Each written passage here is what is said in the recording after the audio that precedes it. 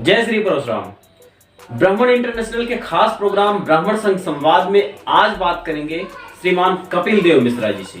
कपिल देव मिश्रा जी अंतरराष्ट्रीय जिजोतिया ब्राह्मण महासंघ के अंतरराष्ट्रीय संयोजक हैं।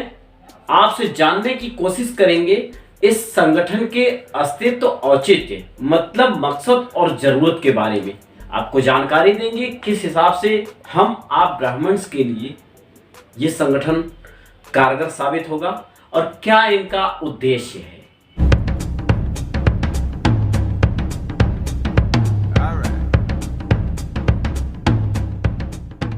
हमारे कार्यक्रम ब्राह्मण संघ संवाद में आपका स्वागत है। नमस्कार।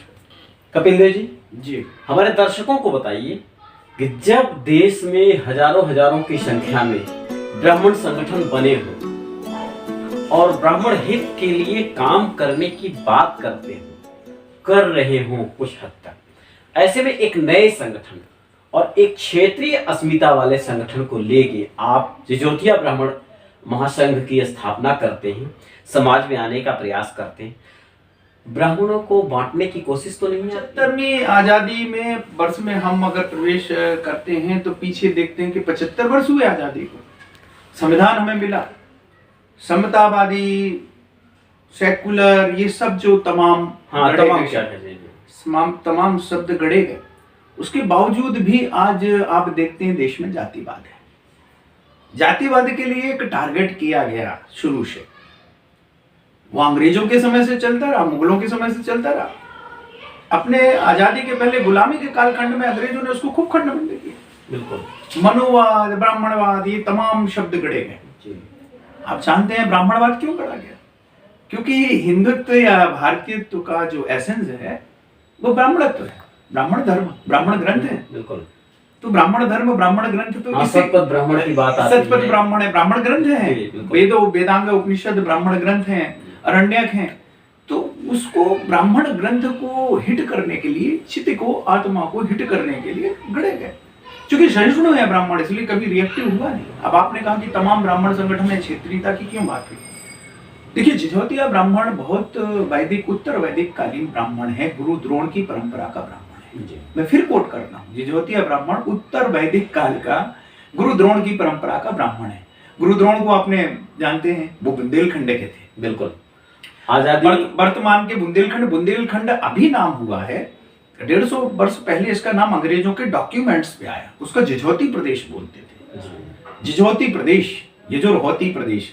जैसे यम का जम हो जाता है, यमुना का जुगल हो जाता है, अपभ्रंश है। ऐसे यजुर्होती क्षेत्र से हो गया यजुर्होतिया, यजुर्होतिया से जिजोरहोती। तो बिंद बहुत बड़ा क्षेत्र है। इति यमुना उत नर्मदा इति चंबल इति टोस छत्रसाल से लरन की रही ना कहो। अब आपने जोशुआ प्रोजेक्ट के बारे में नाम सुना होगा। जोशुआ प्रोजेक्ट ने सबसे खतरनाक भारत का जो ब्राह्मण माना है, वर्ग माना है, या वो कहते हैं ट्राइब्स, वो दुनिया भर में उसको क्रिश्चियनिटी में परिवर्तित करते हैं। वो कहते हैं वो जो अंग्रेजों के समय से लगे रहे 250 वर्ष तक की इनकी इतिहास को चुराना, इनके इतिहास को खंड करना। जो कालखंड भारत में पढ़ाया जाता है अंधकार युगीन भारत, वो जिजोतिया ब्राह्मणों का चरमोत्कर्ष था। यानी ईस्वी पूर्व पहली शताब्दी से लेकर के पुष्यमित्र शुंग भी जिजोतिया ब्राह्मण थे। इतिहास की बात करते हैं तो अगर आप या हम समाज में कभी भी कोई भी बहुत ताकतवर और बहुत बुद्धिमान ब्राह्मण माना जाता है कौटिल्य चाणक्य को। वह भी जिजोतिया, आपके जिजोतिया ब्राह्मण थे। इतिहास में ऐसा सामने कौंडिन्य गोत्रीय थे। कौंडिन्य कनिंगम ने भी कहा, पन्ना के पास नचना कुटार है, पन्ना जो वर्तमान पन्ना सिटी है, वो विंध्य क्षेत्र था। चित्रकूट लगा हुआ है, अत्रि अनुसुईया का क्षेत्र। अत्रि अनुसुईया चित्रकूट में रहे, वहीं चंद्र 27 नक्षत्र हुए उनके। अगस्त लोपामुद्रा वहीं रहे। तो वो ऋषियों की भूमि है, ऋषि भूमि है। और यमुना का जो, नर्मदा का जो कछार है, विंध्य प्रदेश जिसको कहते हैं बुंदेलखंड, वो आप टेक्ट प्लेट्स के उसमें भी आते हैं तो भूस्थिति पर हिमालय से प्राचीन वो क्षेत्र है। जो पोप हैं वो 4000 लीडर्स दुनिया की, उनको फंडिंग करते हैं और वो कहते हैं कि हमें इसको कन्वर्ट करना है। तो उन्होंने हमें 10/40 विंडो दी। उन्होंने कहा कि इनकी खिड़की कोई खोल नहीं सकता है, कभी कन्वर्टेड नहीं, कट्टर है और इनको तोड़ना है। और वो उसकी मेरे पास रिपोर्ट है, मैंने उसको सोशल मीडिया पे भी डाला है, वो पब्लिक डोमेन में है। और वो हमारे सेंसस करते हैं और वो कहते हैं जब उनके वो हार जाते हैं वो लोग कि भाई इनको नहीं बदल सकते हैं, तो बोले इनको नहीं बदल सकते, तो वो कहते हैं अरे इनको 10% ही दिखाओ। क्या दिखाओ? तो वो हमें 2011 में 6 लाख कहते हैं, कहते 6 लाख बचे, इनको मारो काटो। यानी इनको तो इसलिए जिजोतिया ब्राह्मणों का ये कहा गया, ये कोई भी कम्युनिटी अगर अपना इतिहास के गौरव को भूल जाए, यदि अपने इतिहास की परंपराओं को भूल जाए, अपनी कुल परंपरा को, अपने गौरव गान को भूल जाए, वो इतिहास से मिट जाती है। इसलिए वर्तमान में इसे आप उसे ना माने, ये संकुल है, एक इकाई है। ब्राह्मण तो ब्राह्मण है, इट्स जोनल आइडेंटिटी, क्षेत्रीय पहचान है। कहीं भी चला गया भाई, जब मंत्रोच्चार हुआ ऋषि आश्रम में, शरीर के पार गया, शरीर पारीन हो गया, कानकुब्ज का कानकुब्ज क्षेत्र का, नंबूद्री क्षेत्र का नंबूद्री पार, अयंगार अय्यर क्षेत्र का अयंगार, तेलंग क्षेत्र का तेलंग ब्राह्मण, उधर चले जाओ आप तो मैथिल क्षेत्र का मैथिल ब्राह्मण, तो गौड़ देश का गौड़ ब्राह्मण। तो ये इट्स अ जोनल आइडेंटिटी, जैसे आज क्षेत्रीय पहचान तो है तो संकुल। तो जो लोग एक हो सकते हैं, एक ही दिशा में चल सकते हैं, जो पुनरुत्थान की बात कर सकते हैं, फिर से धर्म की पुनर्स्थापना की बात कर सकते हैं, उनका संगठन। इसमें बांटने जैसा तो विषय नहीं। इसमें तो हम अपने कुल कुटुंब भी तो एक हो ले, कुल कुटुंब भी एक हो ले, फिर पड़ोसी की बात करें, फिर जिले की बात करें, फिर देश की बात करें, फिर देशांतर की बात करें। बहुत अच्छी बात है। आप लोग ब्राह्मण संगठन चला रहे हैं, आज नब्ज टटोलने की बात जब होती है, देश और दुनिया में ब्राह्मण ब्राह्मणत्व को कितना समझ पाते हैं? देखिए स्थिति क्या है एक्चुअल में? स्थिति बड़ी भयावह है। आजादी के बाद अगर हम नजर दौड़ाते हैं तो वहां पर पंडित नेहरू के साथ जो तथाकथित अभी जो सवर्ण क्लास बांट दी गई, वो सोफिस्टिकेटेड जो थे वो पंडित नेहरू के साथ चले गए। ऐसा होता है जो सत्ता के ऊपर होते हैं। देखिए सत्ता की जब मैं बात कहता हूँ तो एक क्लास होती है। जी हाँ, बिल्कुल।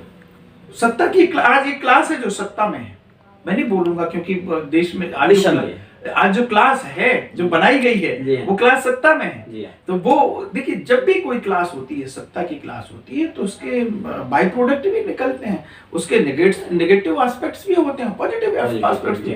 पंडित नेहरू के साथ सोफिस्टिकेटेड ब्राह्मण क्षत्रिय वैश्य चले गए, राजे रजवाड़े। तो दूसरी तरफ विपक्ष किसने शुरुआत की? मैं पूछना चाहता हूँ विपक्ष की शुरुआत कैसे हुई? एक संघ की विचारधारा, जो 2 ब्राह्मणों ने, यजुर भौतिक ब्राह्मण थे, उन्होंने ब्राह्मणों में खेल में शुरू की। गोलवलकर हेडगेवार वो आकर के भारतीय सबसे बड़ा संगठन है, भारतीय जनसंघ में कन्वर्टेड हुआ। उसमें कौन थे? पंडित दीनदयाल उपाध्याय और श्यामा प्रसाद मुखर्जी, वो भी कौन थे? 2 ब्राह्मण थे। अडवाणी और अटल जी, अडवाणी सिंधी ब्राह्मण है, वही जिजोतिया ब्राह्मण है, वो राजा दाहिर वाला।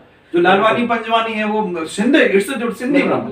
तो अटल और अडवाणी कौन थे? वो थे। तो ये एक जो पूरा सोशल इंजीनियरिंग चली। तो देखिए सत्ता के खिलाफ, सत्ता में तो ब्राह्मण, कभी ब्राह्मणवाद होता तो नेहरू के साथ से बढ़ जाते ना। तो आज नेहरू के झंडा होता रहता पंडित ब्राह्मण। तो ये आज के देश में परिस्थिति में एनालिसिस करना होगा। आज उनको नौकरी नहीं है, वो सवर्ण कहे जाते हैं, सवर्ण में सर्वोच्च कहे जाते हैं। आज कोई भी पतली गली से उसको टारगेट करता है और गाली देकर के निकाल लेते हैं। आज बघेल है वो वहां, आज कल के पेपर में ही है, वो मुख्यमंत्री अपना छत्तीसगढ़ का मुख्यमंत्री, वो कैसे स्टेटमेंट दे रहा है? हल्के स्टेटमेंट दे रहा है कि भाई हमारा कांग्रेस ने इसलिए उत्तर प्रदेश में ड्यूटी लगाई है क्योंकि वो कुर्मी है, कुर्मी के वोट लेना हमारी पार्टी ब्राह्मणों को बिल्कुल नहीं देगी, हम ओबीसी। एक नया वर्ग खड़ा किया जा रहा है। नहीं, ये तो राजनीति है, हम राजनीति की तरफ नहीं जाते। हमारा मकसद सिर्फ होता है कि ब्राह्मण ब्राह्मणत्व को संदेश दे पाए। इस स्थिति में ब्राह्मण कहाँ है? आज ब्राह्मणों की स्थिति पे आपका संगठन क्या कर रहा है? बहुत अच्छा आपने क्वेश्चन उठाया।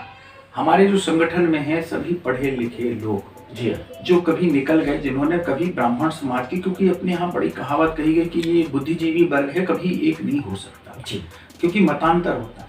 तो आज हमारी पीढ़ियां भूल रही हैं कि हम हमारी क्या शिखा है, हमारी क्या सूत्र है, क्या हमारा वेद है, क्या छंद है। आपको भी जो पूरे पर होते हैं, आज हमारा संगठन उसको प्रेरित कर रहा है नई पीढ़ी।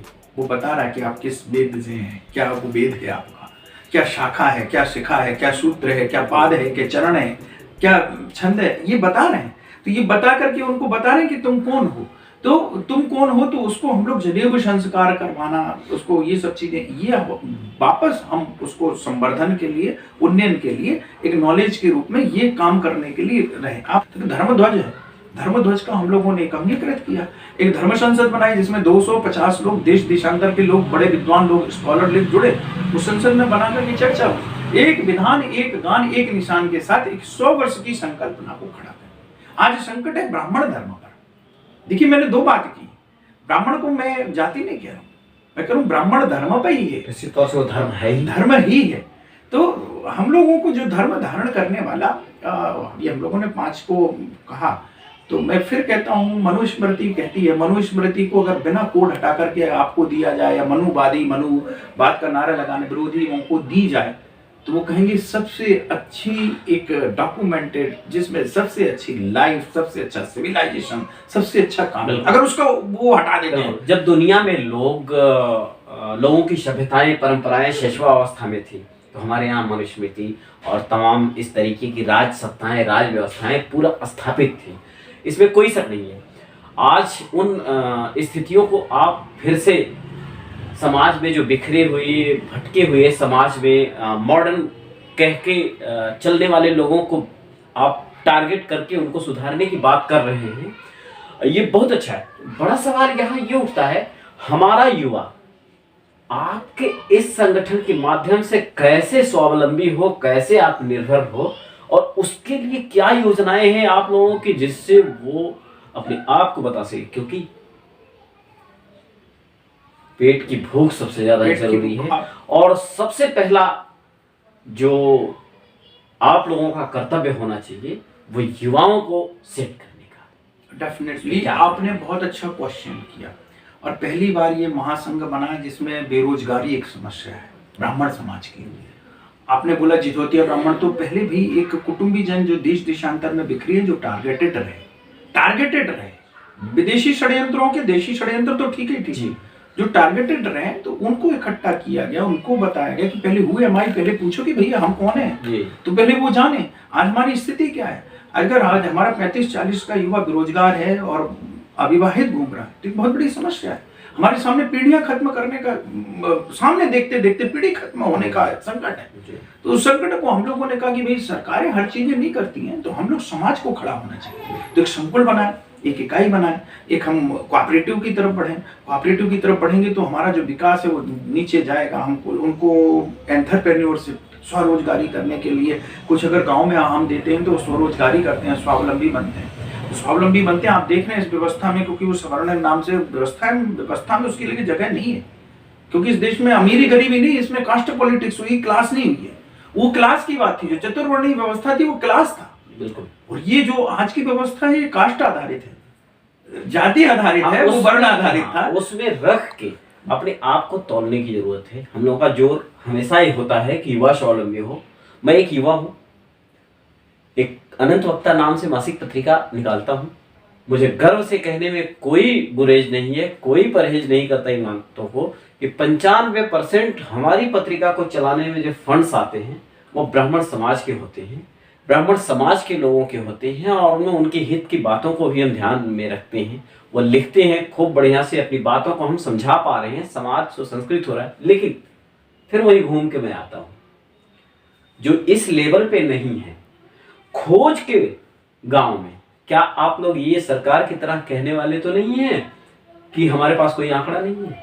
नहीं, यही पॉइंट आप बहुत अच्छा आए।